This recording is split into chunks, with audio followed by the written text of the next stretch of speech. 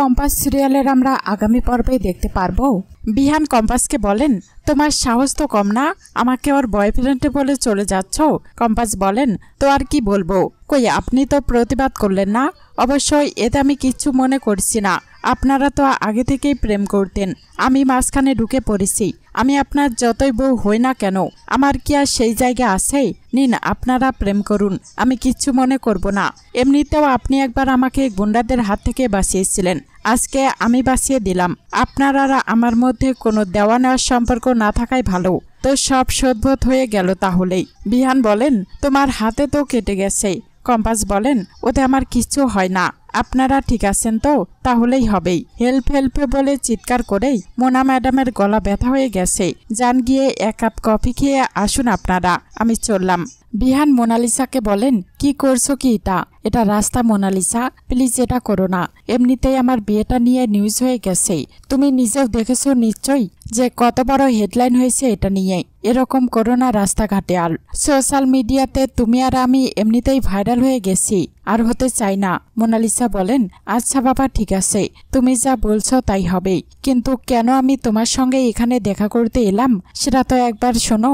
আমি জানি brilliant student ভেবেই হয়তো তুমি আমার প্রতি অ্যাট্রাক্টেড হয়েছিলে, কিন্তু ভালো তো তুমি আমাকেই বেসেছিলে। পড়াশোনাটাই যদি একমাত্র ভালোবাসার কারণ হতো, তাহলে তুমি কি আর এত বিরক্তির পরেও এখানে আমার সামনে দাঁড়িয়ে থাকতে?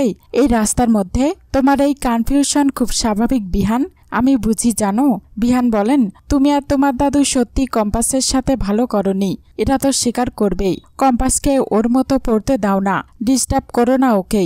বিহান কম্পাসকে বলেন, কোন মতলবে ঢুকেছো তুমি? কোথায় গেছিলে তুমি? বাড়ির পেছনে বাগানে, তাই তো?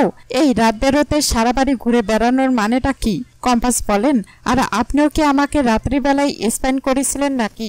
কোনো খারাপ কাজ করতে আমাকে হাতে নাতে ধরতে পারেননি বলেই এখানে এসে হাজারটা প্রশ্ন করছেন, তাই না? না হলে এত রাতে আমার ঘরে কি করছেন? আমি তো আপনার ঘর থেকে বেরিয়ে এসেছি। বিহান বলেন, এই কি বিড়বিড় করছো? আমি তোমাকে হাজারবার বারণ করেছি না বিড়বিড় করবে না, যা বলার স্পষ্ট করে বলবে। কম্পাস বলেন, আমি আপনার কোন পাকা ধানে মই দিয়েছি? আমি আপনার স্বাধীনতায় হস্তক্ষেপ করেছি?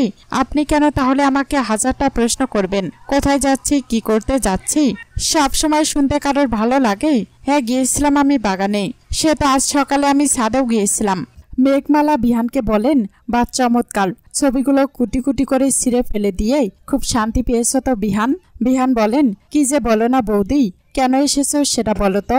মেঘমালা বলেন, কম্পাসে উপরের ঘরে দরজা বন্ধ করে কাঁদছে বিহান, তুমি ওকে স্ত্রীর মর্যাদা দাও বা না দাও, একটা মেয়ে কোনো অন্যায় না করেই এইভাবে অপমানিত হলো।